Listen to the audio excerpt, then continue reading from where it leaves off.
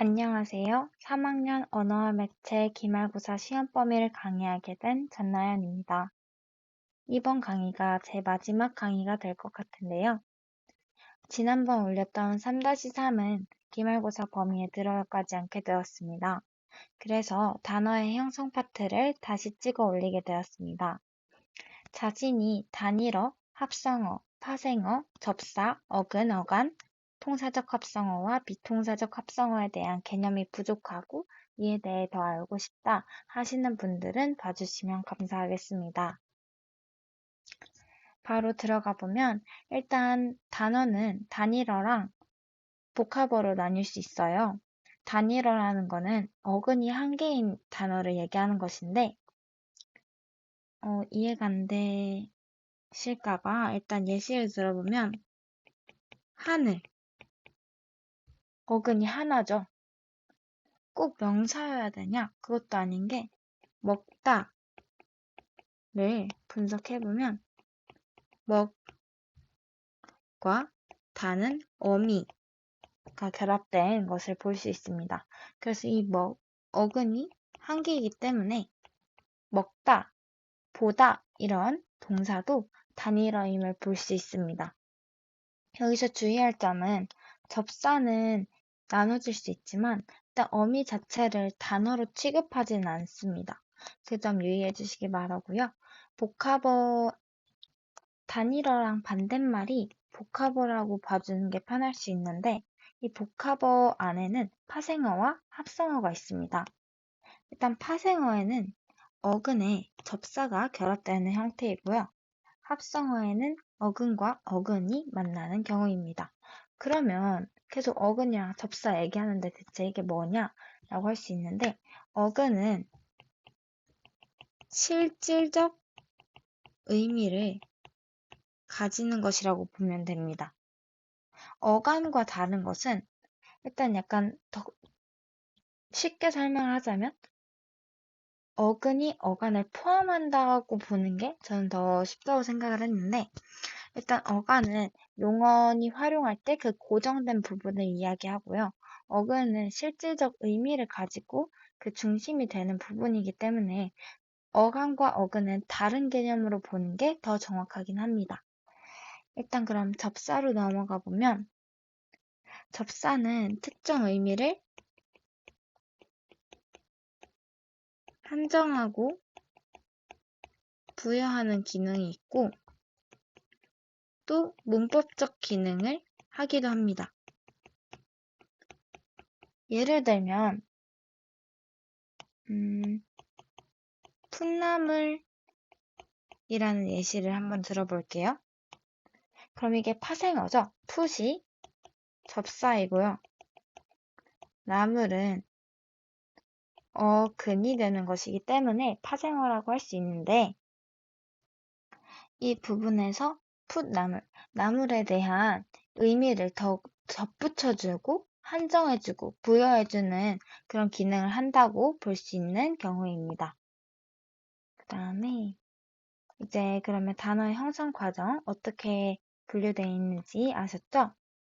다음으로 넘어가자면 일단 복잡한 부분이 합성어라고 저는 생각을 했는데 아이고 합성어가 아니라 복합어입니다.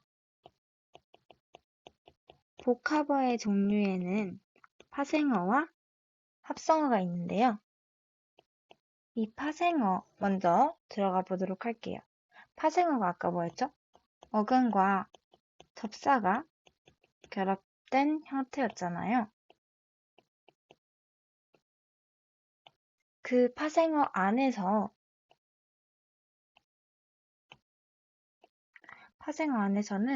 또 접두파생어와 접미파생어라는 게 나타나는데 이게 한자어 그대로 해석하면 더 쉬워요.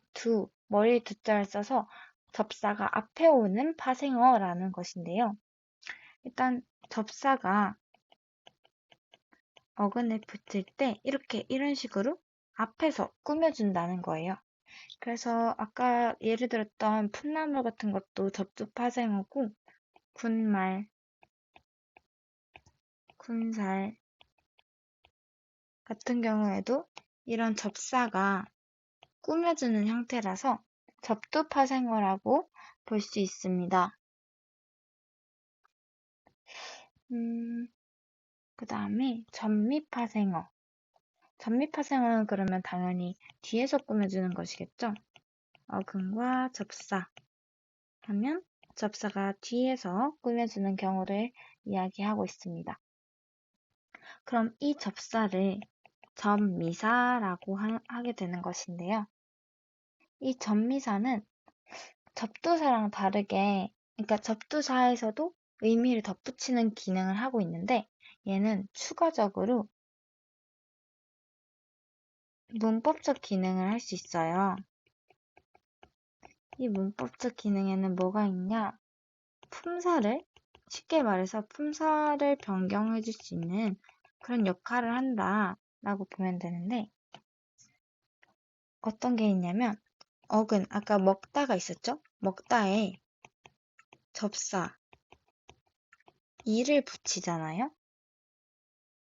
그러면은 먹이가 됩니다. 이런 식으로 먹다라는 이 동사에서 지금 명사로 변경된 것을 볼 수 있습니다. 이런 식으로 품사를 바꿔줄 수 있는 기능도 하고 있습니다. 자, 파생어가 이렇게 정리가 되었으면은 합성어로 넘어가 볼 텐데, 합성어는 어근과 어근의 결합입니다.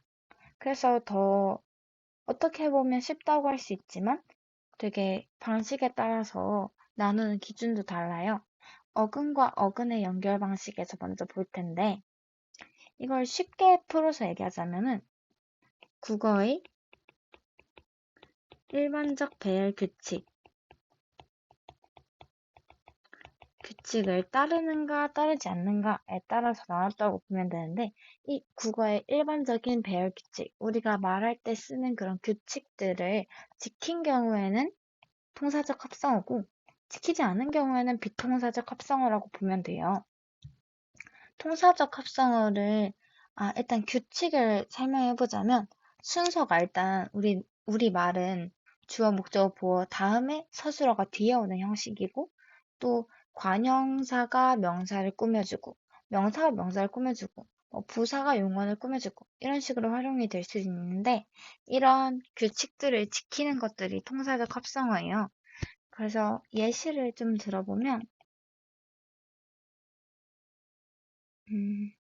책가방, 명사와 명사가 만났죠? 이 부분에서는 통사적으로 맞는 표현이기 때문에 통사적 합성어라고 할 수 있고요.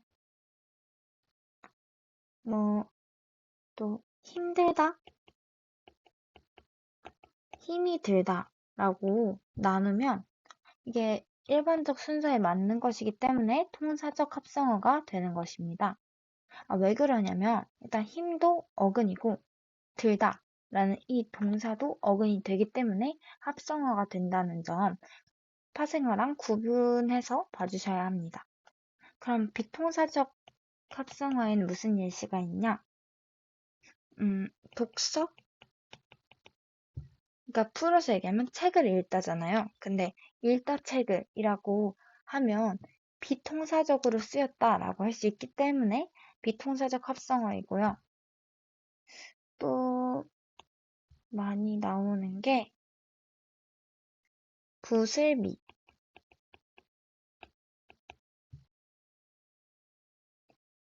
이게 부슬은 부사이고 비는 명사인 경우에 부사와 명사가 결합되는 것은 비통사적 합성어에 들어가게 되는 것입니다.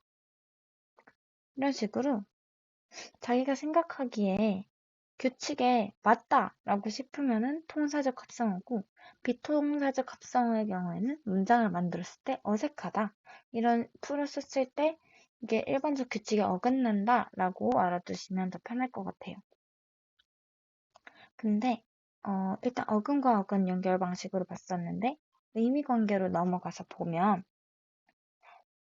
대등합성어, 종속합성어, 융합합성어로 나눌 수 있습니다.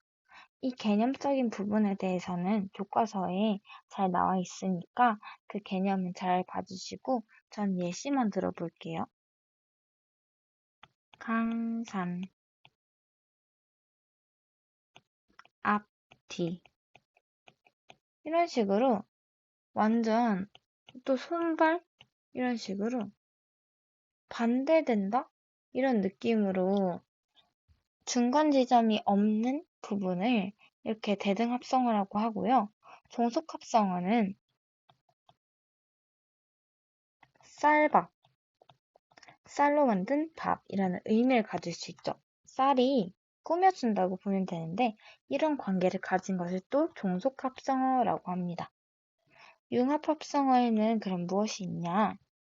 융합합성어가 좀 독특한 편인데 각각 원래 의미를 잃고 새 의미를 획득하는 합성어를 얘기해요. 그래서 대표적으로 춘추가 있습니다. 춘추하면 우리 알죠? 봄 춘자에 가을을 나타내는 추를 쓰는데 이 내용이 원래 그렇게 치면 봄과 가을이라고 해석이 되어야 하는데 어르신의 춘추를 여쭙다 하잖아요. 그래서 이 춘추는 연세라는 뜻으로 아예 새로운 의미가 지금 나타나고 있습니다. 이런 것을 융합합성어의 예시로 볼 수 있습니다. 그럼 대충 파생어와 합성어까지 개념적으로 이해가 되셨나요? 다음으로는 그럼 이제 합성어랑 파생어를 어떻게 구분하면 좋을까 하는 그런 팁들을 알려드리려고 하는데 일단 합성어와 파생어를 나눌 수 있는 방법은 접사를 찾아내는 거예요.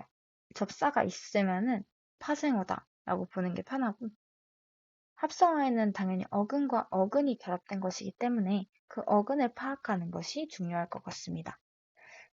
그 중에서 제가 어려웠던 합성어와 파생어 구분의 예시를 두 가지 들어보려고 하는데 놀이터와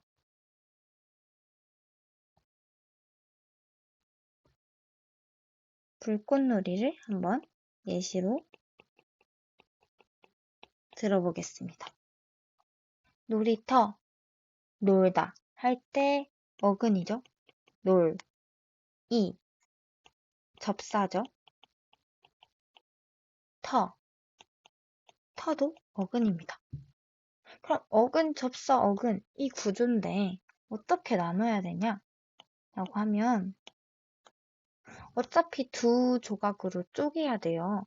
직접 구성 성분을 분석하다 보면 무조건 두 조각으로 해야 되는데 놀, 이터 이상하죠? 놀이, 터 이렇게 나누게 되면 놀이와 터로 나눠지게 되는데 그럼 이게 파생어죠? 파생어와 단순 어근이 만나서 결합하게 되면 이것은 합성어가 되는 방식입니다. 이해 안 된다고요? 일단 불꽃놀이 그럼 같이 분석을 해보면 불, 어근이죠? 꽃, 꽃도 어근이죠? 놀, 놀도 이거니까 어근이죠. 이, 이는 접사죠? 근데 우리 두 가지로 끊으면 어떻게 끊을까요? 불꽃과 놀이로 끊게 될 텐데 이 과정에서 불꽃과 놀이로 나누게 되면은 우리가 보기에 딱 이건 합성어든 파생어든 이 단어들이 합쳐질 때는 합성어로 보는 게 맞게 되는 것입니다. 단어와 단어.